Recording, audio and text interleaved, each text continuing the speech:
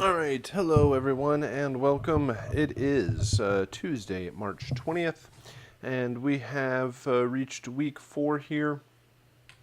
We are in the home stretch. We are in the last week of the month, and we've got one more round of assignments to discuss.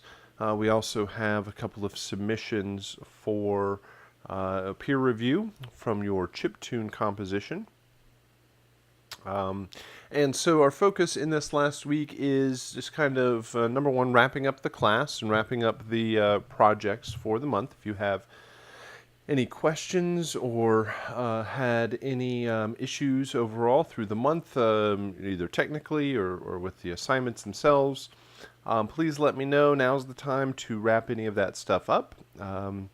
I didn't I didn't receive too many questions about Wise, and received everybody's submissions. So I'm assuming that most everyone was successful with that. So if you have any sort of outstanding technical issues that we need to discuss before the end of the month, now is the time to take care of all of that stuff.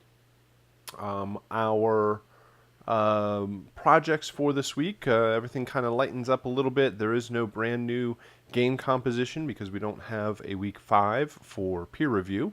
So we're really focused on taking the projects that you've worked on and putting them into the best format to show them off. So we'll talk about doing a video capture and kind of doing the final project summary in our assignments for week 4. So, like all of our previous Tuesdays, we are starting out with a discussion of the previous week's assignments, and then we will get into the new week 4 material. So, your composition from last week was a chiptune submission. And we have 2 student submissions here to take a listen to. This one was all about realizing and composing under the restrictions of the original Nintendo system. And so in week 3, as we focus on more of the technology, we talked about using Wise, we talked about using audio middleware tools and game engines and all the software and technology that goes on behind the scenes of getting your music and sounds to work in the game. And so the context of most of our discussion is obviously in modern game audio production. What are the current tools that are being used? What's just on the edge of technology? Where is game audio going? But to put a lot of that in perspective, we also have a chiptune composition that is writing under the restrictions of basically a lot of the dawn of game audio. Certainly there was some before that, but the birth of what might be considered a modern video game industry really is credited with the original Nintendo system. So, and the restrictions of this composition, you are provided with the EXS24 sound banks to compose, and these are sampled from the original Nintendo and the original Famicom system, which was the Japanese release of the Nintendo.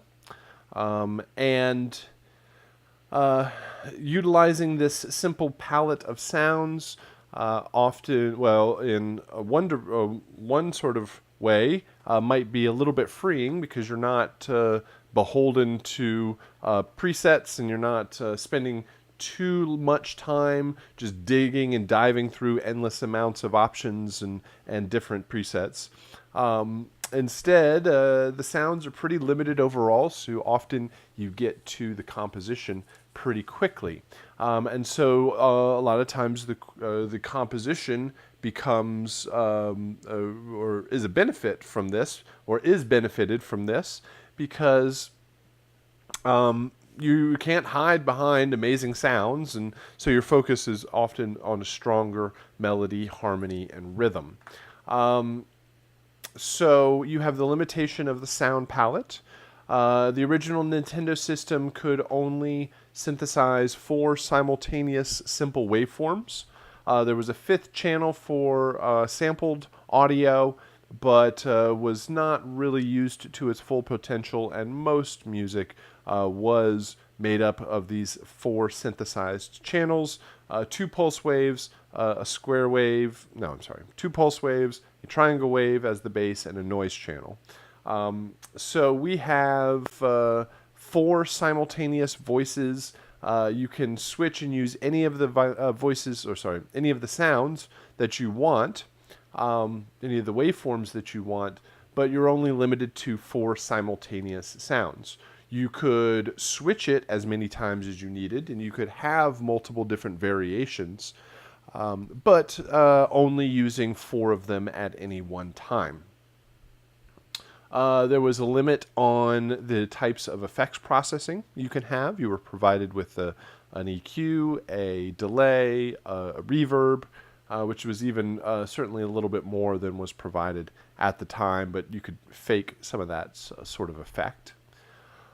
And then it wasn't an interactive or looping composition in any sort of way. It was just a linear 1 to 2 minute long track. So pretty open-ended overall. Oh, I guess you also had to you have to have a melody, you have to have drums, and you have to be able to switch the melody at some point from one instrument to another. So you were only limited to 4 simultaneous voices, but they could switch those voices or the waveforms or the sounds almost immediately. So they could do that on the fly during a track. So that's mostly what I'm focused on. Really, the overall focus, especially with the grading, is the restrictions, making sure that you just stayed within the boundaries on this composition, and then the rest of it is very much left up to you. All right, so we have 2 submissions here. Let's go ahead and listen to the first one.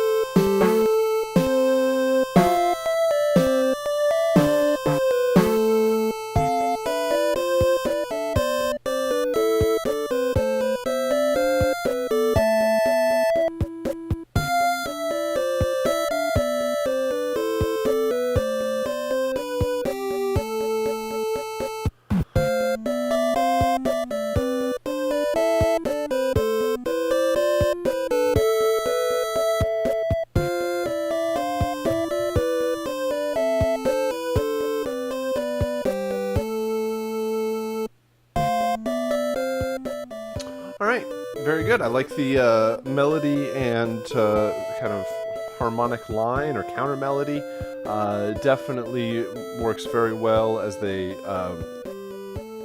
movement. They kind of have opposite movement. As one goes up, the other one goes down, and so they have this good kind of way that they follow each other. You could probably do a bit more with the rhythm. The mix is buried pretty far back, or sorry, the drums are buried pretty far back in the mix.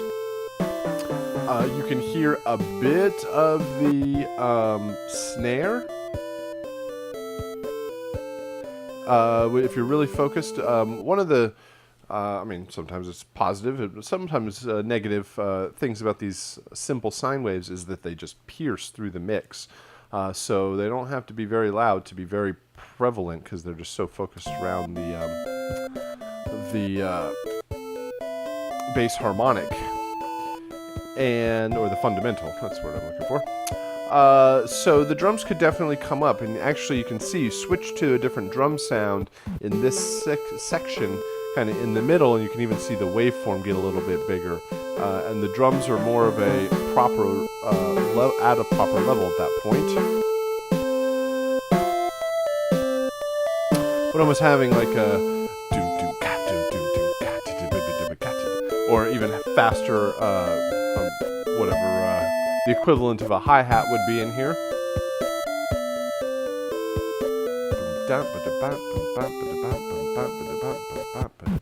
Just to pick the pace up. I think what you're doing has enough movement in the melody and harmony that if just supported with a stronger rhythm could really push the pacing forward.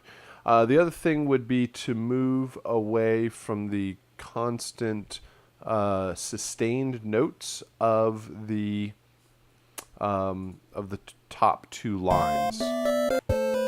So everything is basically da da da da da da da da da da da da da da, or at least some similar version of that phrase. And the notes sustain all the way through, so maybe you can make them more staccato, maybe work on kind of a syncopated upbeat, so that the harmony just does some intervals that's ba, ba, ba, ba, ba, ba, ba, just rhythmically changes it up from the...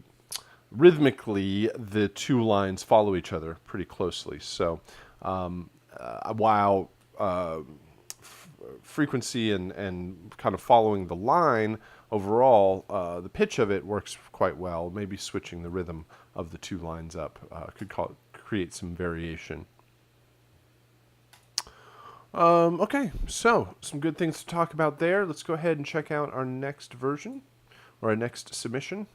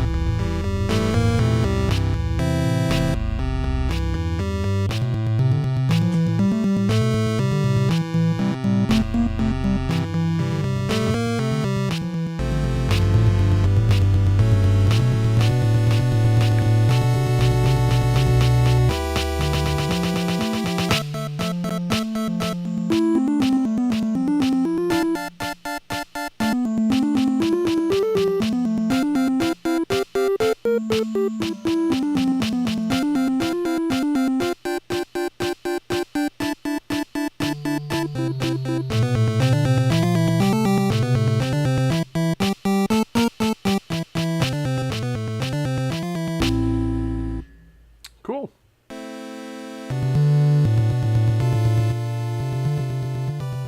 All right, so some great movement in there, especially when you start hitting the 16th notes on some of these instruments. Those kind of faster rhythmic lines really push the energy forward. I would say that watch out for when some of these instruments, or when some of these tones, better way of saying it, move more into the lower range, the lower frequencies, some of the attack is lost, and it doesn't really stick out as clearly in the mix as some of the stuff in the mids and the highs do on such basic waveforms. So early on, it seems kind of... it seems not muffled, but none of the attack. It's like missing the punch of it. And then as you start moving to the higher frequencies, it kind of comes out a little bit more. And also adding the drums in eventually helps establish that core pace and rhythm to it. Like a lot of this stuff kind of gets a bit muddy in the lower range. And you do something with the that kind of 16th note arpeggio, that works, but it's, I think, too low in frequency at this point. I think you do it later at a higher, maybe like an octave up, that kind of sticks out overall. So any of that faster movement, those 16th note phrases, those 8th note phrases, definitely help to bring out that energy. I'd say same sort of thing with the drums. The drums are probably too far back. The snare sticks out, but the kick drum kind of gets lost in a lot of this.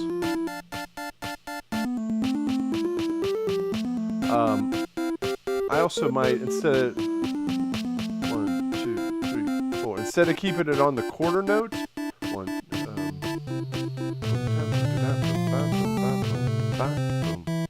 maybe keep it on the 2 or 4. 1, 2, 3, 4, and keep the kick drum at that kind of that double bass kind of feel towards the end.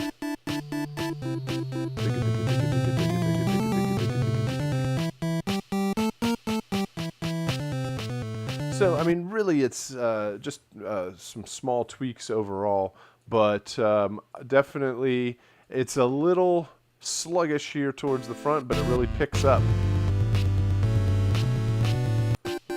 with these faster arpeggiated phrases and the stronger percussion. Excellent. So definitely worked within the restrictions. You could probably get a sense of sometimes people find it very challenging and like, oh, I don't have all my tools that I'm used to working with. Some folks find it freeing because it's just down to the composition and it takes away a lot of the production aspect of it. And both of those are completely valid. It's just dependent on how somebody works overall. Gives you a sense of writing in a particular style with restrictions and limitations. Writing, since our games are running on the Mac, we really don't have too many technical restrictions. Eventually, I guess you could run out of RAM, and I mean, most people have 16 gigabytes worth of RAM and pretty fast processors and a whole bunch of hard drive space on their computer, or maybe you're running out, but at least the computers are pretty beefy overall. And these games really don't come close to touching how powerful the machines are going to be and making them work all that hard. So, so we don't run into any of these restrictions that are kind of commonplace. If you're writing for music for a smartphone game or a web game or any sort of limited sort of download space or limited processing power or some sort of device, there's often restrictions in how much can be done and how long the files can be and how high resolution they can be. And so getting a sense of what is possible with the music, and really to show you also that it doesn't come down to the technology. It still comes down to the composition itself, even with these simple waveforms overall. One way that I often suggest to expand this project is to take the melodic themes that you have written for this composition and expand them with full orchestration, full production, all of your tricks and tools in your favorite DAW to show kind of both ends of the spectrum. To say, okay, if I was just completely limited and I only had these simple waveforms, here's my melodic idea, here's my thematic idea, and it certainly has been proven since the days of Nintendo that you can still write very catchy, very memorable melodies from even these simple tools. So here's my amazing melodic idea that still catches your attention even with all of these restrictions. And here is the fully orchestrated version of it. Takes the same ideas, the same compositional kind of intention, and renders it out in full orchestra and full synthesizers or whatever tools you need to get the job done, to show both ends of the spectrum. Kind of this limitation, and then it just opens up really quickly into the full orchestration. So just another idea of how to kind of turn this into a stronger demo project with just a bit more work. Cool. All right, so we have our submissions there. Like I said, the focus of this week is your final week is to take the information and the projects that you've worked on and put them in the best light to show them off beyond beyond the class and beyond your time at Full Sail, and be able to show the work off that you've done and completed, hopefully to future employers and future clients and whatnot. So as you have been progressing through all of your classes, you certainly should be gathering together as much of your classwork and materials and projects that you've been working on and put it together into a strong demo reel to show that off. And that includes these game projects. They are well and good as grades and as projects for a class, but their real intention is to give you a vehicle to show off your music and to show off your work and be able to demonstrate that off out there as you get started in the industry.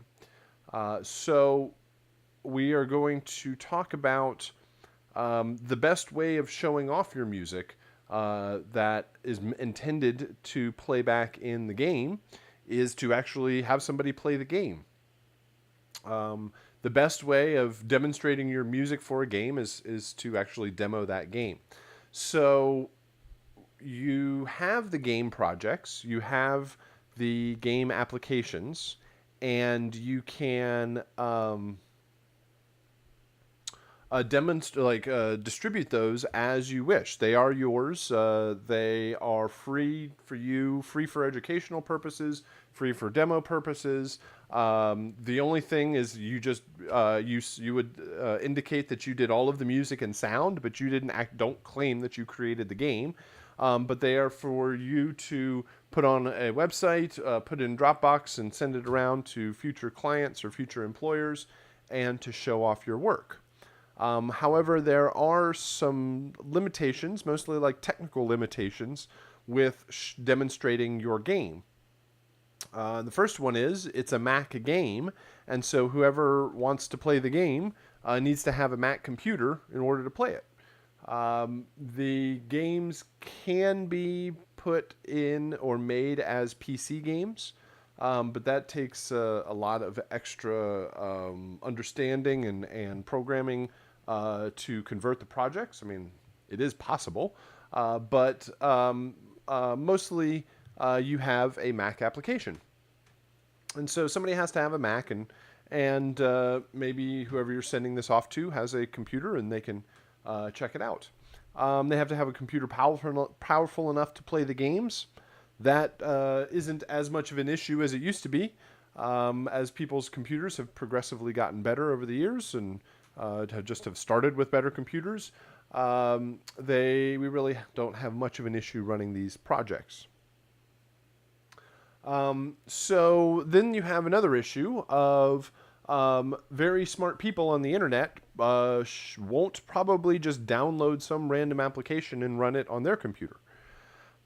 You would be very smart not to just download random zip files and open them up and play them on your computer. Now, of course, that's not the case with these applications, and they aren't. I mean, there's nothing wrong with them, but just a random link on a website, you're not going to get tons of people just saying, okay, sure, I'm just going to download this unknown application and run it. So you need to have some way of showing off your work. You need to have some way of people being able to see your music working in a game. You could just take like one of your main loop files and put it up on SoundCloud and say, hey, here's a loop that I wrote for a game, and I promise it works in the game. So the best way of showing off your music working in the game is actually having the game to show off. So what we're going to do is we're going to do a video capture of you playing the game with your music and sound effects working. So by this point in the month, you have composed the music for both of these projects, created all the sound effects, We had an opportunity for peer review, and you also got feedback for your submission. You have the opportunity to do any revisions or changes to that composition or those sound effects. Last week you used Wise and used an audio middleware tool to connect your music and your sound effects working in the game. You got it working in the game. You tested it out. You played the game and you listened to your sound effects and your music, and more than likely found some issues with it. I mean, I guess you could knock it out of the park the first time every single time, but most of the time you get it in the game and there's yeah, I don't know, 75, 80% of it's all right, but there's another 20% there that I need to tweak and to change. So you go back to your sounds and you tweak your sounds a little bit. You go back to your music and you mix your files and you bounce everything out again. And you test it, put it back in the game, test it out, and that is a very constant kind of revision or iteration cycle where you compose something, you say, I think this is going to work. You put it in the game, go, man, that kind of works, but I need to do this. Then you go back and you fix it, you put it back in the game, you test it out, and you go around and around. So once you get everything set up in the game, then now you're ready to do this final video capture. It basically proves the process that you have created all the music and sound effects, put it in the game, tested it out, and have something to show for it. So you will be using QuickTime and a program called Loopback in order to capture the video on the screen or the game on the screen. All right, so let me talk about how you will set this up and how this will actually work. So actually I can just do this real quick. When you go on FSO,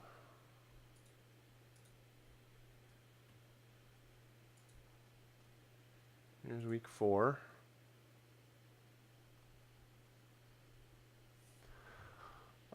Here's your final game captures assignment. Notice that it is 0 weighted. That doesn't mean that you don't have to do it. It's just not turned in here. You are going to turn it down here in the final project delivery. So don't just ignore the assignment because it is 0 weighted. But it provides you with all the material. It says you will submit this YouTube link in a separate assignment on FSO.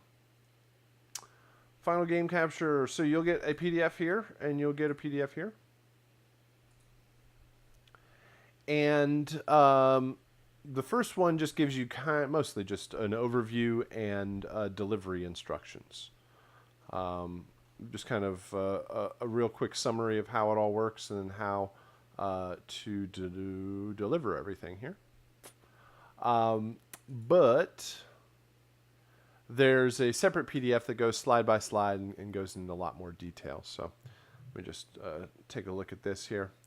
You will use QuickTime, which is already installed on your computer, and a program called Loopback in order to capture audio inside of your computer. Loopback is a free application. You can just go to the link here. Well, it's not a free application. It costs $99, but you don't need the $99 version. I don't know, unless you completely love the application and you want to support these people, but really you just need the free download for our purposes. The limitation with the free download is that it lasts for 15 minutes, and you only need to record for a minute or two. So if for some reason the 15 minutes runs out, then you just shut down the program and open it back up, and you got another 15 minutes. But after a while, it starts blasting white noise at you, so make sure if you hear that, that's what's going on there. So you just download the Loopback, and what it is it is a virtual audio cable application for your computer. Meaning, you are going to record the video using QuickTime. You've probably used QuickTime at some point. This is actually QuickTime down here for all my videos.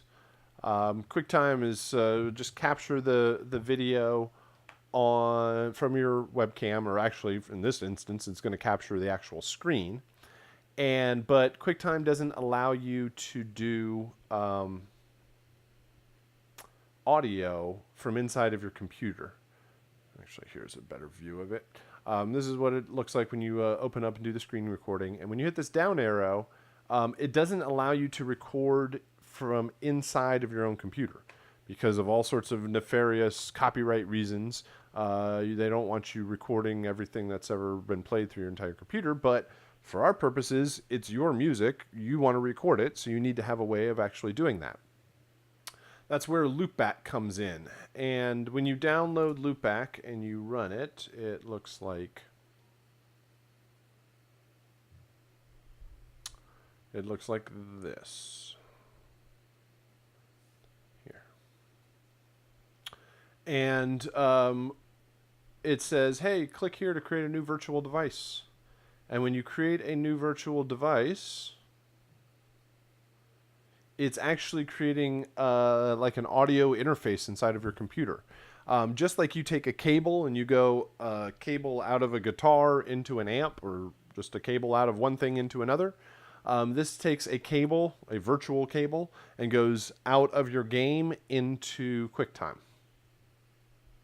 If I look at my audio MIDI setup now, it actually adds an extra interface to run everything through. And when you do that and you go back to QuickTime, oh my goodness. Hello, computer. There it goes. When you come back here and look in here, you should now have a loopback audio interface. Once you do all of that, the other thing you need to do is come in here and you need to tell it to actually go what application you want to record. And you want it to point to 2D Platformer or Angry Bots, whichever one you're recording. Right here. And when you do that, it shows up here. You will be able to, I don't want to do this right now, but you want to be able to listen through your speakers. You uncheck the mute audio sources so that you can hear everything. And then you go run the game, and you should be able to meter it. Once you play the game, you should see some meters here inside of the screen recording, and you know at that point that it's working. When you get this set up, you might hear it doubled up, like it might monitor back twice. Depends on how you have your audio set up, but it either can be this, it could be monitoring through QuickTime, which could be this fader. It could be this setting, monitor through audio through whatever your output is. So double check those just to make sure. The other thing is, if you hear it doubled, it doesn't actually capture doubled. So you can just hit record anyway. You'll monitor it doubled, and then you'll listen. The video will be fine. So just a couple of pointers there. So you'll install Loopback. You'll set up for the screen recording. Like I said, you'll create a new virtual device. You'll select the game application that you want to run. You check the checkboxes. You open up QuickTime. You set up a new screen recording. I showed you this where you click the little arrow and you want to set up to Loopback so that you can record inside of QuickTime. At that point, you should see meters. And you can hit record. Depends on if you have like two screens set up. If you're just recording on your one screen, you can either click and drag just a portion of your screen if it's in a window, or you can just click and it will record the entire screen.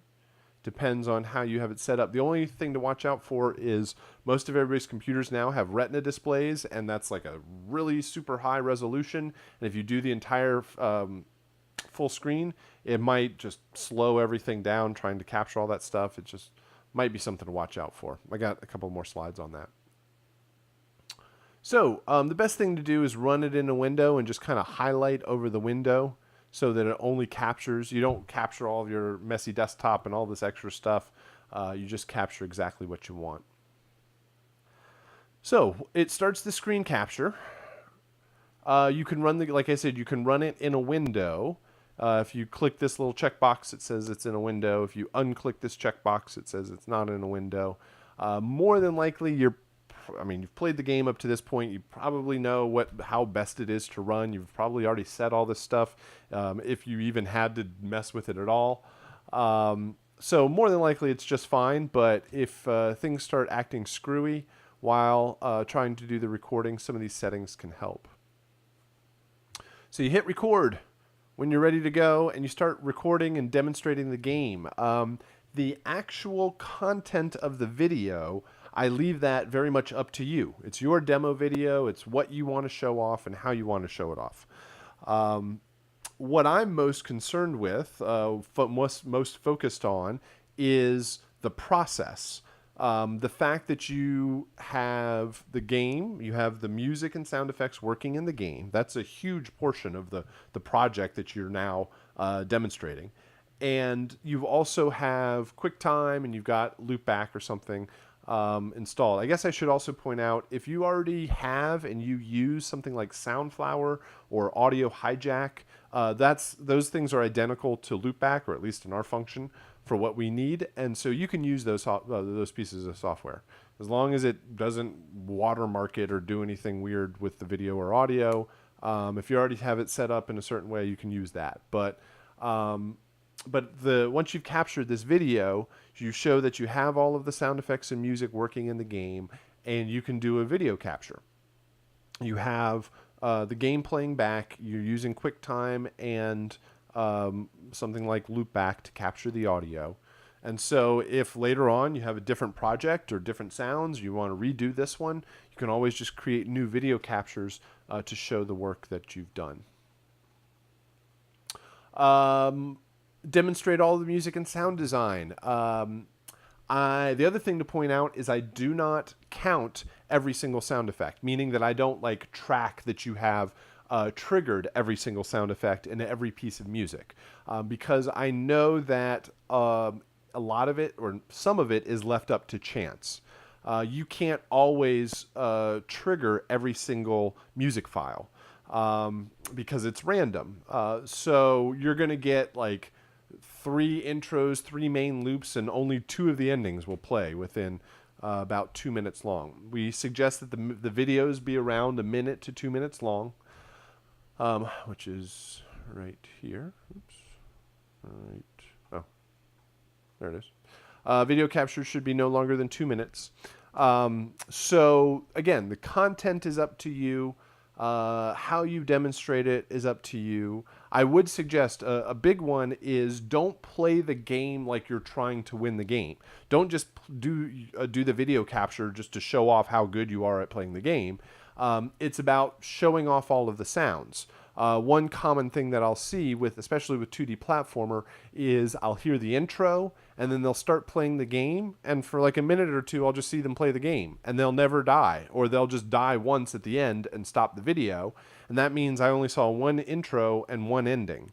You created 4 other files and never showed anybody. So die a couple of times, jump off the edge, trigger some of those ending cues, try to trigger as many of the sound effects as possible, and just kind of, show it off in its best light overall. Then you stop the screen recording. You save the screen recording, name it your last name, your first name, GCP Week4 2D platformer, whatever or Angry Bots. Do not name it last name, first name. Your name isn't last name, first name. You have a last name. You have a first name. Please, it happens every month. Somebody at some point names something last name, first name. So just watch out for that. And then please, please, please check your screen recording. Watch the video after it's done. This happens, most people do this, no problem, but for some reason, I will always, every month, I'll get a series of videos that either the audio is just missing, or they used the internal microphone on their computer it played out of their computer speakers and then back into the internal microphone. And if it didn't feed back, then it sounds horrible. It just sounds really thin, and you hear them in the background like breathing and clicking on their keyboard, and it's really kind of weird. And you hear their dog barking in the background and their family running around or whatever it is. So just watch out for that. Double check the video. Make sure it has the correct content of it. It has the correct thing that you captured. The other thing is don't hit record and record it for 2 minutes the first time, because there's no telling if you got it right the first time. So just hit record for a few seconds, and then stop it and check the recording and make sure you're actually capturing the thing you think you're recording. So that so you don't have to do it over and over again and waste any time. A couple optional tips. Clear off the desktop. If you are capturing any aspect of the desktop, it's probably best to just make it as clear as possible. I know a lot of folks, we have audio directors and people in different game teams come and talk to our Full Sail student, or come talk to our students, and they'll say often, if we see screenshots or things and it just looks like you have a messy desktop and you posted up a video and it just looks like things are all over the place, it's not probably going to help your cause overall, because a lot of people don't want to work with that. You can either do a full screen or a high resolution recording. You can do a low resolution recording. If more than likely the video capture is just going to work just fine.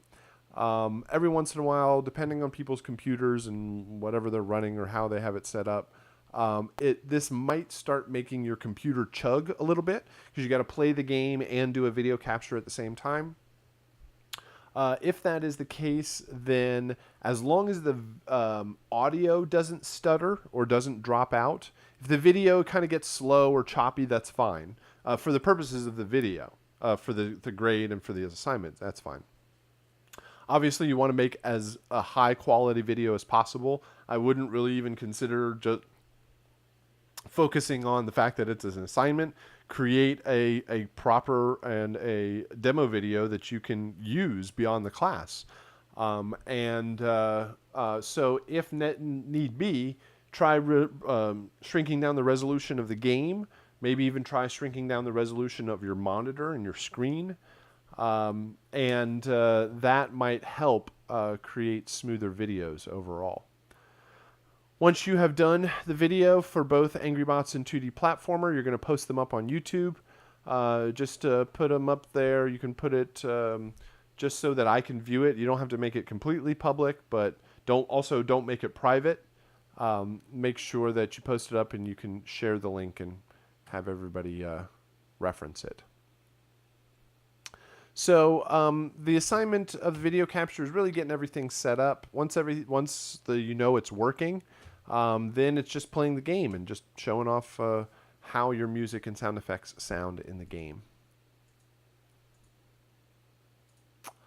All right, so that is your final video capture. And to then show it off, or then to kind of deliver the final version of everything back here on FSO.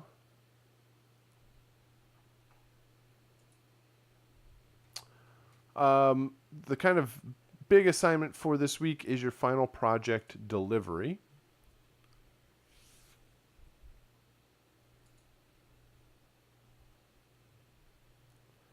And this is going to be basically, it's a 10-question test, but it's not like a test that you study for because you have all the answers. It's just really a summary of your composition. So it's broken down into two halves. 5 of the questions are for 2D Platformer, 5 of the questions for Angry Bots. They're very similar to each other. The first one is 2D Platformer video capture. Provide the YouTube link to your 2D Platformer game capture video. So you just did the video capture, you uploaded it to YouTube, now post the YouTube link here. Make sure that it works. You can always go into incognito mode to check links. That's how I do a lot of my stuff with YouTube and Google. Since I have like a personal login for YouTube and Google, but whenever I want to do any Full Sail stuff, you just go into incognito mode and it forgets who you are, and then you can log in as whatever you want. So if you just double check all the links that you're going to send me, make sure that they work. You can use incognito mode to do that, or send them to somebody else, and then that's how I will be able to check it also. So give me a YouTube link. This is actually quite important. A missing YouTube link or a missing audio track in a video renders the submission ungradable. If I can't hear it, if I can't hear your music and your sound effects, or the video doesn't work, or the link doesn't work, I can't grade the rest of the assignment. So make sure the video is there and working. Then you'll send me a screenshot of your DAW session. You will, this is the 2D platformer instrumentation. List the instruments that you used in the intros, main loop, and ending cues. Name any synths or sample library sources for all the tracks. So you will tell me what instruments you used. Tell me in the intros, the main loops, and the endings, which synths, which drums. Don't just tell me I used a piano and I used a banjo and an organ and a synthesizer. Tell me which presets, which sample libraries, which synthesizers you used, which presets you used, so that the idea is if somebody else had to recreate this session, they knew what instruments. They could go load up those, assuming that they had the same instrumentation that you did, somebody could kind of recreate all of this stuff if necessary.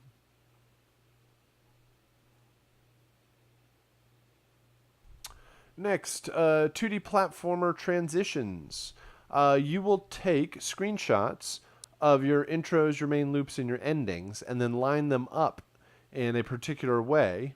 You are going to take your intro 1 and connect it to main loop 2, and then connect it to ending 3. And then take intro 2 and connect it to main loop 3, and then go to ending 1. And then take intro 3 and go to main loop 1, and go to ending 2. I guess I could just read it up here. Basically, it's taking all of your tracks and rearranging them into different orders, taking a screenshot of it, and then answering a few questions, like describe what you listen to each track. How does the music transition from one cue to the next? Describe what you hear.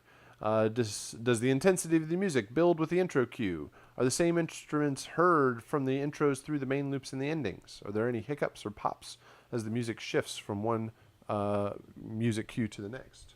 So these are just basic overview. How well did it work? Did it sound as you expected? Just kind of give me insight into the final product. Then you will create a screenshot of your final mix. Give me a peak level and an RMS level. Use the level meter plugin found in Logic, just so I can get an overview of your levels. AngryBots section is very much very similar. AngryBots video capture. Provide the YouTube link for that. Give me a screenshot of your AngryBots session. And list the instrumentation used in your ambient, buzzer action, mech action, and spider action cues. Then you'll take your 4 files, line them all up together, ambient, buzzer action, mech action, spider action, and then basically comment the same way. How did it work? Listen to your cues playing back together. Describe what you hear. How well did the cues play back? Are there any noticeable issues? Do the cues start and end at the same time? Are there any rhythms that clash? Do the melodies or harmonies clash? Just to get an overview of how well the main portion of the composition worked. Give me a summary with a screenshot of your AngryBots mix. So really, it's just kind of like a post-mortem overview, summary, summation of how well everything worked in the final projects. So that is the direction we are headed in this last week. Please let me know if you have any questions. going to stick around here for a few minutes if you have any questions. But um, again, this is the last week. Let me know if you are having any challenges or anything that you need to discuss in the final part of the week. But well, we have one more class on Thursday. We can listen to or discuss or anything that you need, or take a look at your final video. But other than that, let's end it there. Thank you very much, and I'll see you again on Thursday.